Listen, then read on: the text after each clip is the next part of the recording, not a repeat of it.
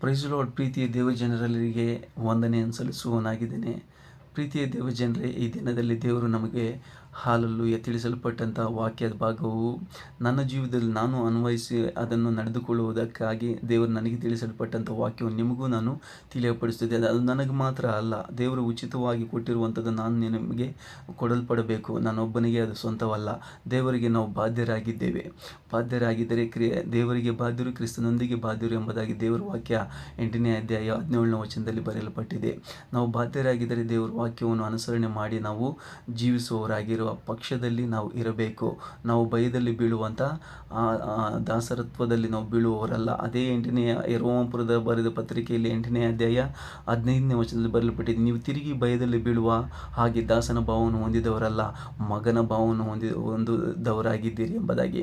ನಾವು ಮಗನು ನಮಗೋಸ್ಕರವಾಗಿ ಆತನು ಸತ್ತು ಉಣಲ್ಪಟ್ಟು 3ನೇ ದಿನದಲ್ಲಿ ದೇವರು ಎಬ್ಬಿಸಿದ ಮೇಲೆ ನಾವು ಅಪನೂತನದಲ್ಲಿ ನಾವು ನಂಬಿಕೆ ಇಟ್ಟಾಗ ಅಪನೂತನ ನಾವು ಎಬ್ಬಿಸಲ್ಪಟ್ಟಿದ್ದೇವೆ. ಹಾಲೆಲೂಯ. ದೇವರ ವಾಕ್ಯಕ್ಕೆ ಸ್ತೋತ್ರವಾಗಲಿ.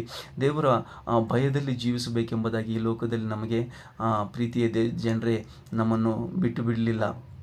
ನಾವು ಹಾಗೆ ಯೋಚನೆ ಮಾಡಿಕೊಂಡು ಇರುವಂಥದ್ದು ಸರಿಯಲ್ಲ. ದೇವರ ವಾಕ್ಯ ಇನ್ನೊಂದು ಭಾಗದಲ್ಲಿ 2ನೇ ತಿಮೋಥ ಪತ್ರಿಕೆ 1ನೇ ಅಧ್ಯಾಯ 7ನೇ ವಚನದಲ್ಲಿ ಬರೆಯಲ್ಪಟ್ಟಿದೆ.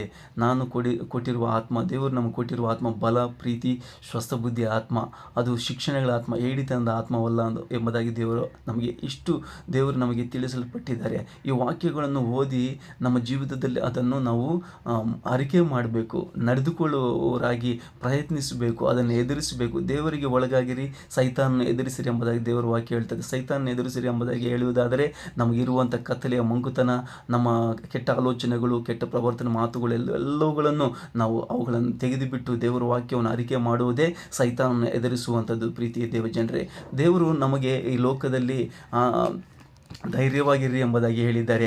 ನಿಮಗೆ ಲೋಕದಲ್ಲಿ ಸಂಕಟ ಉಂಟು, ಧೈರ್ಯವಾಗಿರಿ, ನಾನು ಲೋಕವನ್ನು ಜಯಿಸಿದ್ದೇನೆ ಎಂಬುದಾಗಿ ಯೋಹಾನ ಬರೆದ ಪತ್ರಿಕೆ 16ನೇ ಅಧ್ಯಾಯ ಕೊನೆಯ ವಚನದಲ್ಲಿ ಬರೆಯಲ್ಪಟ್ಟಿದೆ. ಪ್ರೀತಿ ದೇವಜನರೇ, ದೇವರು ನಿಮ್ಮೊಂದಿಗೆ ಇರಲಿ. ದೇವರು ಈ ವಾಕ್ಯಗಳನ್ನು ನಿಮ್ಮ ಜೀವಿತದಲ್ಲಿ ನೀವು ಅಳವಡಿಸಿಕೊಳ್ಳುವಂತೆ ಧೈರ್ಯ ಧೈರ್ಯವಾಗಿರಿ, ನಾನು ಲೋಕವನ್ನು ಜಯಿಸಿದ್ದೇನೆ ಎಂಬುದಾಗಿ ದೇವರ ಮಕ್ಕಳನ್ನಾದ ನಮಗೆ ಹೇಳಿದ್ದಾರೆ. ಪ್ರೀತಿ ದೇವಜನರೇ, ಈ ವಾಕ್ಯಗಳನ್ನು ನಮ್ಮ ಜೀವಿತದಲ್ಲಿ ಅಳವಡಿಸಿಕೊಳ್ಳೋಣ. ಈ ವಾಕ್ಯಗಳನ್ನು ನಾವು ಮೆಡಿಟೇಟ್ ಮಾಡೋಣ. ಅವುಗಳನ್ನು ನಾವು ಮನಸ್ಸಿನಲ್ಲಿ ತೆಗೆದುಕೊಂಡು ಸಾಗುವವರಾಗೋಣ. ದೇವರ ವಾಕ್ಯದಲ್ಲಿ ಸಾಗುವವರಾಗದಾಗ ನಮ್ಮಲ್ಲಿ ಧೈರ್ಯದಾಯಕ ಆತ್ಮನು ಪ್ರವೇಶ ಮಾಡ್ತಾನೆ. ಹಾಲಲ್ಲೂಯ. ದೇವಜನರೆಲ್ಲರಿಗೂ ಮತ್ತೊಂದು ಸಾರಿ ವಂದನೆ ಹೇಳುತ್ತೇನೆ. ಈ ವಾಕ್ಯಗಳು ನಿಮ್ಮೊಂದಿಗೆ ಕಾರ್ಯ ಮಾಡಲಿ ಎಂಬ ದೇವರ ಹತ್ರ ಬೇಡಿಕೊಳ್ಳುತ್ತೇನೆ. ಪ್ರೀತಿ ದೇವಜನರೇ, ಈ ವಾಕ್ಯವು ದೇವರು ಆಶೀರ್ವದಿಸಲಿ. ಆಮೇನ್. ಹಾಲಲ್ಲೂಯ.